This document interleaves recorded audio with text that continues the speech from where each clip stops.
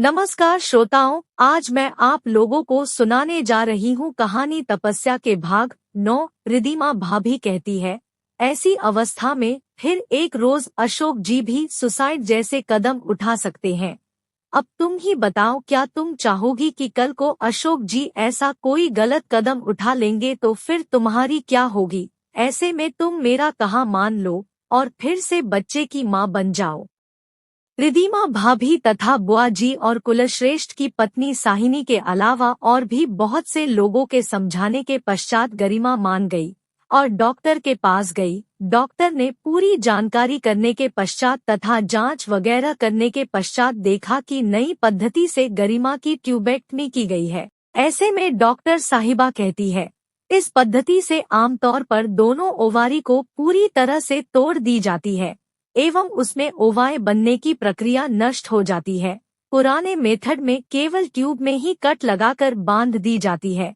उस स्थिति में रिकेनालाइजेशन सिस्टम सक्सेस हो जाती है, मगर वर्तमान स्थिति में नहीं होगी। ऐसे में एक उपाय बचते हैं कि आपको किसी से भी ओवाम लेनी होगी और उस ओवाम को फिर से टेस्ट ट्यूब मेथड से फर्टिलाइज करके यूट्रस में डाल देंगे।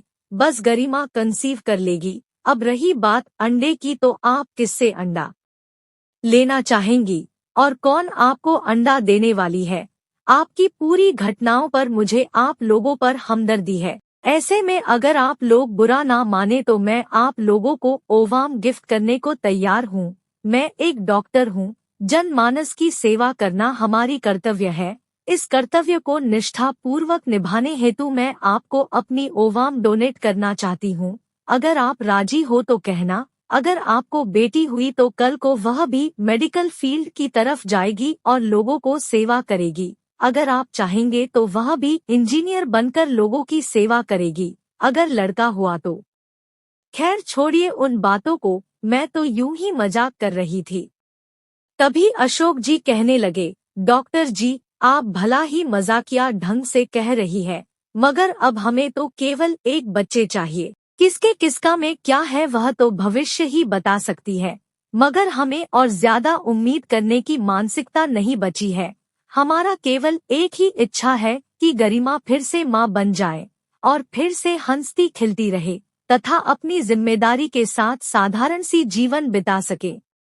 बातों बातों में डॉक्टर ऐश्वर्या कहने लगी, हाँ एक बात है कि आप लोगों की जानकारी के लिए कह देती हूँ कि आप चाहे ओवाम किसी से भी ले, मगर वह बच्चा पूरी तरह से गरिमा के ही होंगे, क्योंकि समय के साथ साथ वह बच्चा गरिमा के पेट में पलेंगे तो उनके ही फिलिपाइन ट्यूब के साथ जुड़ जाएंगे तथा पूरा जो न्यूट्रिशन है वह गरिमा जी से ही लगी आता उस पर डोनेट करने वालों के कुछ भी नहीं रहता।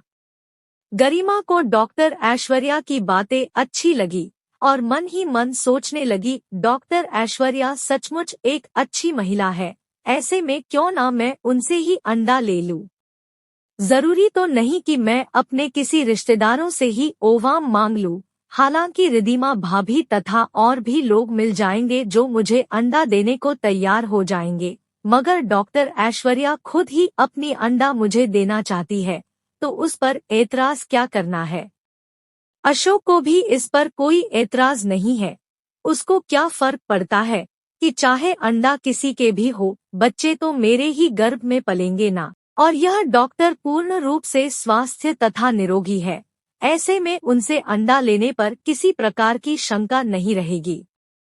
कुछ दिन बीत जाने के पश्चात एक रोज फिर से अशोक जी के साथ गरिमा डॉक्टर ऐश्वर्या की अस्पताल में गई और खुद ही डॉक्टर से ओवाम लेने की बात कह डाली। इस पर खुशी जताते हुए डॉक्टर ऐश्वर्या कहने लगी, यह तो बहुत अच्छी बात है। आप अपना फोन नंबर मुझे दीजिए, अगले महीने किसी भी दिन में मैं आप लोगों को बुला लूंगी, आप लोग आ जाना। इस प्रक्रिया के तहत आपको 1-2 दिन अस्पताल में एडमिट रहना होगा। मैं अपने प्रक्रिया को पूरी करके आप लोगों को कॉल कर लूंगी, आप लोग आ जाना। किसी प्रकार की मेंटेनेंस करने की जरूरत नहीं है। जो भी कुछ नियम मेंटेन करनी होगी वह सब मैं बाद में कह दूंगी। एक बात है कि IVF सिस्टम की जो एक्सपेंस है वह आपको अस्पताल में जमा करवाने होंगे। एडमिट रहने की या आईवीएफ की जो एक्सपेंस होगी वह मैं आप लोगों को बाद में बता दूंगी, आप लोग चिंता ना करें। दिन गुजरने लगा। अगले कुछ दिनों में डॉक्टर ऐश्वर्या ने गरिमा को अपने अस्पताल में बुला लेती है और आईवीएफ की प्रक्रिया पूरी कर देती है। 2-3 दिन के पश्चात गरिमा को अस्पताल से छुट्टी मिल जाती है तथा डॉक्टर के कहने पर उसे नियमित रूप से चेकअप करवाने जाना होता है। लगभग महीने भर के पश्चात गरिमा को अपना गर्भधारण होने की एहसास हो जाती है तथा उसका टेस्ट रिजल्ट भी पॉजिटिव आ जाती है। ऐसे में धीरे धीरे गरिमा की चेहरा खिलने लगती है। ऐसे में डॉक्टर ऐश्वर्या उसे कंप्लीट बेड रेस्ट की सलाह देती है ताकि किसी भी तरह की असुविधा न हो। 2-3 महीना किसी भी तरह से गुजरती है। एक रोज डॉक्टर ऐश्वर्या कहने लगी, गरिमा एक और खुश खबर आपको सुनाती हूँ। आप लोगों के बच्चे बड़े नटखट होंगे, आप लोगों को खूब परेशान करेंगे क्योंकि आपके गर्भ में एक नहीं दो बच्चे अर्थात जुड़वा बच्चे हैं। मगर इस वक्त कहेंगे नहीं कि लड़का होगी या लड़की, अब चाहे जो भी होगा पर होगा तो 2 ही। ऐसे में आपको काफी सावधानियां बरतनी होगी। आश्चर्य व्यक्त करते हैं। गरिमा पूछने लगी, मैडम जी आपने तो मुझे एक ही अंडा दी है मगर उसके 2 बच्चे कैसे हो गए हैं? मैं तो सुना है कि जवाब में डॉक्टर ऐश्वर्या कहती है, आपने जो भी सुना है वह बात अपनी जगह पर है, मगर कभी कभी एक अंडा से भी जुड़वा बच्चे हो जाते हैं। ऐसे में दोनों के कैरेक्टर एक और चेहरा भी एक जैसी होती है और आप जो बात कह रही है उस पर चेहरा तथा कैरेक्टर अलग अलग होती है। खैर अब उन बातों को छोड़िए, अब तो आप लोग खुशी मनाइए कि आप एक साथ 2 बच्चों की मां बनने वाली है। समय बीतने लगा। गरिमा के आत्मीय परिजनों के बीच हवा की तरह गरिमा की गर्भवती होने की बात फैल गई तो गरिमा भी आजकल अपने से व्यस्त हो गई है।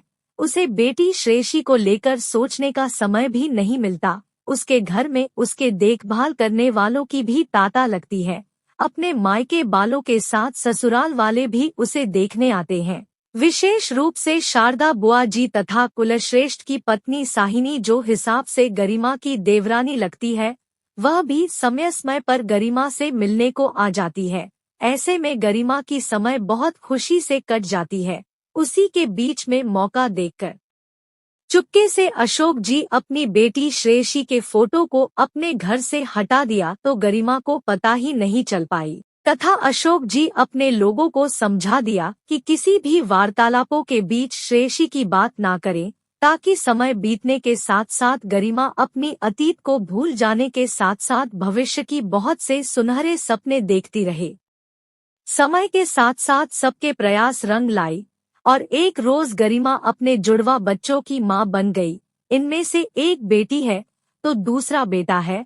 अब गरिमा के सामने एक नई चुनौतियां आकर खड़ी हो गई। एक तो उम्र के 5 दशक पार कर चुकी है, साथ में एक साथ 2 बच्चे का डिलीवरी हो जाना गरिमा के शरीर पर बहुत असर पड़ा। शरीर से वह बहुत कमजोर हो गई है। लगभग 55-56 वर्ष में फिर से एक साथ 2 बच्चों की मां बन जाना तथा उन बच्चों को पाल पोस कर बड़ा करना गरिमा के लिए खुशी के साथ साथ बहुत से परेशानियों की विषय हो गई है। मगर अशोक जी तथा उनके पूरे परिवार वाले उनकी शारीरिक रूप से बहुत मदद करते रहते कि गरिमा को बच्चे पालने में कठिनाई न हो। वैसे तो घर पर नौकर चाकर बहुत से हैं, फिर भी आत्मीय परिजन लोग हमेशा गरिमा की मदद में लगे रहते हैं। अशोक जी मन ही मन सोचते हैं, बस और साल भर की बात है, मेरी रिटायरमेंट की उम्र पूरी हो जाएगी, फिर तो हम दोनों ने मिलकर बच्चों को पालेंगे तो कोई मुश्किल नहीं होगी। समय के साथ साथ सभी लोग अशोक जी के समस्या के बारे में अवगत होते हैं। ऐसे में जब भी कभी कोई उनके सामने बच्चों की करियर की विषय में बात करते हैं तो अशोक जी अपनी कहानी को दोहराते हुए कहते, भाइया मेरे साथ जो हुआ वैसे बहुतों के साथ हो रही है। ऐसे में हमें अपने आप में ज्यादा उम्मीद नहीं करना चाहिए। लोगों में संतोष ही सबसे बड़ी सुख शांति की कुंजी होती है। बीते समय के साथ साथ अशोक जी तथा पत्नी गरिमा बहुत खुश है। देखते देखते घर के माहौल खुशहाल होने लगा। बेटा ऋषभ और बेटी शालिनी दोनों ही बड़ी होती चली गई। दोनों के पीछे समय ऐसा बीत जाती है कि किसी भी तरह के इधर उधर की बातें सोचने को मौका ही नहीं मिलती। मगर अशोक जी है कि अपने को संभाल नहीं पाते। जब कभी अकेला होते हैं तो उनके मन में बेटी श्रेयसी के दर्दनाक हादसा के छवि उभर कर आती है और साथ में वर्तमान के कथा भी, और मन ही मन सोचते रहते हैं, अब तो मान लो कि फिर से हमारे दाम्पत्य जीवन की शुरुआत हो रही है। समाप्त। कहानी के अगले भाग के लिए हमारे साथ बने रहिए। धन्यवाद।